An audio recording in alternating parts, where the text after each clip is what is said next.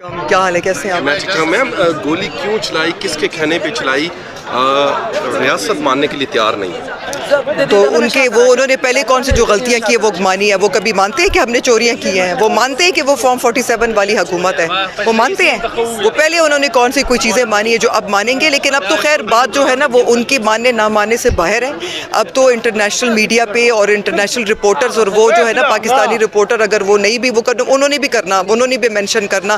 حامد میر صاحب نے خود وہاں پر موجود تھے، ساری میڈیا والے موجود تھے، انہوں نے خود وہاں پر متی اللہ صاحب تھے، انہوں نے خود ساری چیزیں دیکھی اور رپورٹ کی ہیں. تو ان کے کہنے سے تو اب بات ہی باہر نکل گئی ہے. اب تو ان کے اوپر ہے. بات اگر کی جائے تو وائس آف امریکہ کو ایک طاقتور ادارے نے ایک لیٹر بھیجا ہے اور جس کی جگہ پہ ان کا آفس تھا انہوں نے کہا کہ یہ کلوز کیا جائے. اس کے حوالے سے تو دیکھیے اگر انہوں نے یہ ان کو کہا ہے کہ آفس کلوز کرے تو اس کا کوئی مطلب ہوگا نا. دیکھیں جب آپ جس ملک میں اس قسم کی چیزیں ہوتی ہیں نا تو آپ کی اپنی ملک کی اپنی بےزتی آپ کراتے ہیں. اور اس قسم کے پھر جب حالات اور اس قسم کے جب آپ اپنے سٹیزن کے ساتھ کریں گے تو آپ مجھے بتائیں کہ وہ کیا عزت، آپ کی گرین پاسپورٹ کی کیا عزت رہ جاتی ہے. انٹرنیشنل میڈیا میں آپ دیکھیں کس طریقے سے ہماری ایک قسم کی تذلیل آپ اس کو کہیں کہ بھئی ایک نے ہتے پروٹیسٹرز آئے تھے، کیا ہو جاتا اگر وہ چلے جاتے اور وہ بیٹھ جاتے؟ کون سی قیامت آ جاتی؟ کہ وہ پاکستان کا ڈی چوک پاکستان کا حصہ نہیں ہے.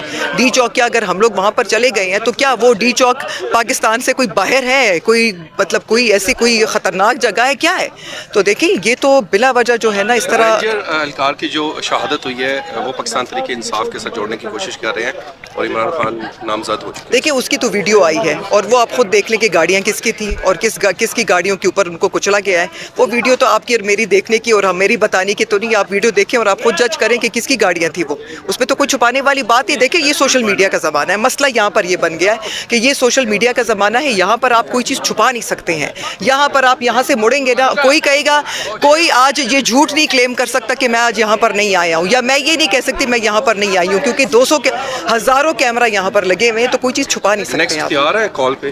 جب خان صاحب بولیں گے انشاءاللہ، ابھی بولیں گے ہم ابھی تیار ہیں. Thank you so much.